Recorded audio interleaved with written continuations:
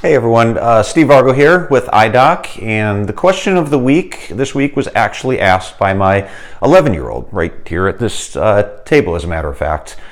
Recently I was asked to do to give a 4-hour presentation at the Ohio Optometric Association, and I was telling my 11-year-old about this, and he just paused for a moment and then looked at me with a straight face and said, "Why would anyone want to listen to you talk for 4 hours?"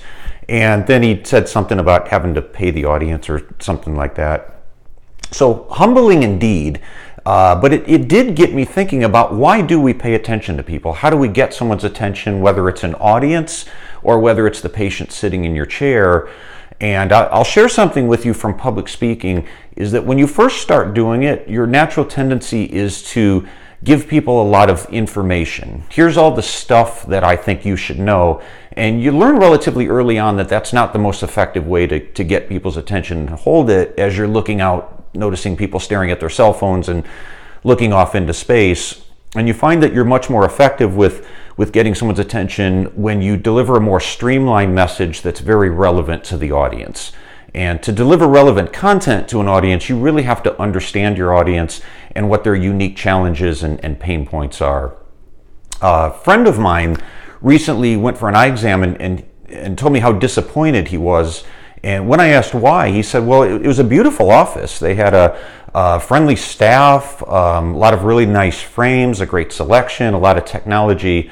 But the doctor he said the doctor gave me a lot of information about their products, about their services, but never really asked me about me. Never really asked how many hours I'm spending on a computer, how often I'm staring at my phone, what do I do for hobbies, what do I do on the weekend.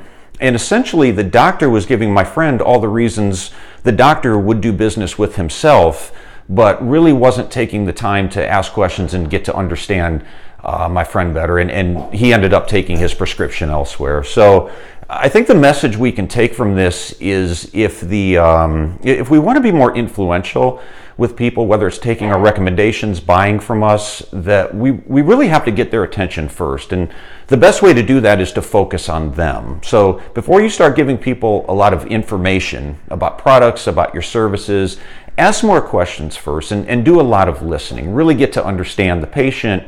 And I think as consumers, I know it myself, and I think I speak for most people as consumers, if you want to sell me something, you've really got to get my attention first. So hopefully you found that helpful. Have a great week, everybody.